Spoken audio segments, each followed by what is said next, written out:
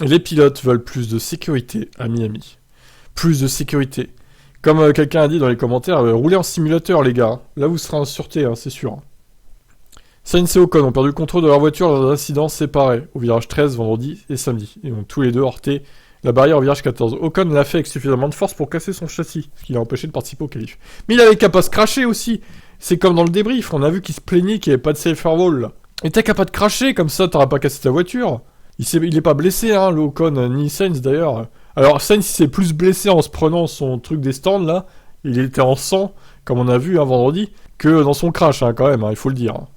Carlos s'est plaint au directeur de course, nous sommes tous là à écouter, rien n'a été fait, disait Ocon.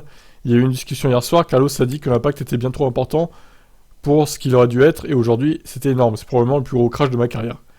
Il en fait pas des caisses lui déjà. Alors hier, Carlos s'est blessé, je me suis blessé aujourd'hui. Ah bon, tu t'es blessé où en fait, Ocon? Arrête de mitonner pour aggraver le truc. La FIA devrait pousser plus fort pour notre sécurité, mais l'important c'est que nous soyons capables de courir. Alonso dit que l'accident de Sainz a clairement montré qu'un autre type de barrière est nécessaire dans ce virage. Nous sommes dans la voiture et nous savons ce que ça fait quand on heurte un mur. Et Carlos a été très clair qu'il n'était pas juste d'avoir le mur là sans aucune protection. Alors, nous avons eu un autre accident, même endroit, même angle. Un autre pilote a été choqué. Choqué. Donc nous avons une deuxième chance de mettre quelque chose en place pour la course. S'exprimant après les qualifs, Sainz a fait écho aux pensées d'Ocon, selon lesquelles l'impact de l'accident n'aurait pas dû être si important compte tenu de la vitesse à laquelle il roulait. Je suis désolé d'être critique, mais j'ai dit à la FIA hier que mon accident en deuxième vitesse ne devrait pas être si dur, et aujourd'hui j'avais un peu mal au cou. Je leur ai dit, mettons des Tech Pro là-bas, car c'est un mur en béton très dur. Esteban s'est craché, je suis sûr qu'il l'a ressenti aussi. La réponse, rien. C'est une de ces choses que je ne comprendrai jamais. Bottas estimait qu'il y avait toutes les raisons d'avoir une barrière Tech Pro à la sortie du virage 13. Et s'attendait à ce que ce soit un sujet de discussion lors du prochain briefing des pilotes en Espagne. Lance Stroll a déclaré qu'il était ridicule que le virage soit bordé de barrières en béton au lieu de Tech Pro. Une alternative largement utilisée qui absorbe les impacts à travers des couches de plastique. Il devrait juste le mettre, je sais pas ce qu'il en est, personne ne veut taper un mur de béton, c'est logique. Lando Norris, de lui faire écho, Lance a qualifié ça de blague. C'est pareil pour moi, il y a certaines choses que nous ne comprenons pas, et que nous savons mieux que peut-être ce qu'ils peuvent voir. Peut-être que nous savons où se trouvent les risques supplémentaires, et où la voiture est à la limite, et des choses comme ça. Donc, étant donné que ça a été évoqué, c'est une question de sécurité, c'est quelque chose sur lequel nous avons donné des conseils, rien n'a été fait. Alors, je pense que oui, c'est une blague.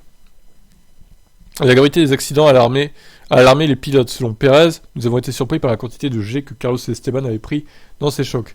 De si petits accidents étant de G, plus de 50 pour Esteban. Nous ne voulons pas voir ça. Nous voulons des précautions supplémentaires à l'avenir, éviter tout type d'accident grave.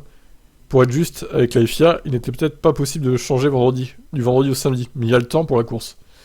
Bah écoutez, à voir s'ils vont le faire ou pas. Vettel ne savait pas si un changement immédiat était possible, mais il insistait sur le fait qu'il était nécessaire. Ça endommagera toujours la voiture lorsque vous sortirez de la piste. Mais la question est de savoir où vous atterrissez.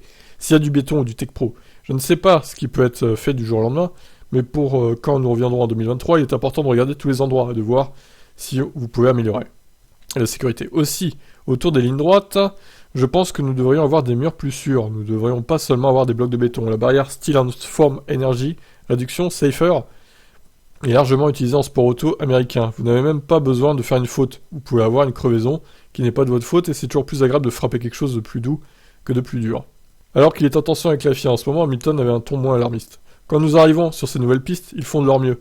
Je pense qu'ils ont fait un excellent travail sur toutes ces nouvelles pistes en toute sécurité. Vous ne pouvez pas prédire à chaque virage où nous aurons besoin de Tech Pro. Mais la sécurité sur la piste est excellente. Bien sûr, après l'expérience de ce week-end, nous pouvons voir où la FIA peut améliorer. Mais ça fait partie des leçons que nous apprenons. Voilà, quelqu'un de plus mesuré. Alors évidemment, s'il y a un accident grave à ce virage-là pour la course, ça serait un peu dommage, c'est sûr. Maintenant, je suis pas sûr que un mur Tech Pro soit vital absolument dans ce virage-là. Et les pilotes, ils ont qu'à pas faire l'erreur de se cracher aussi.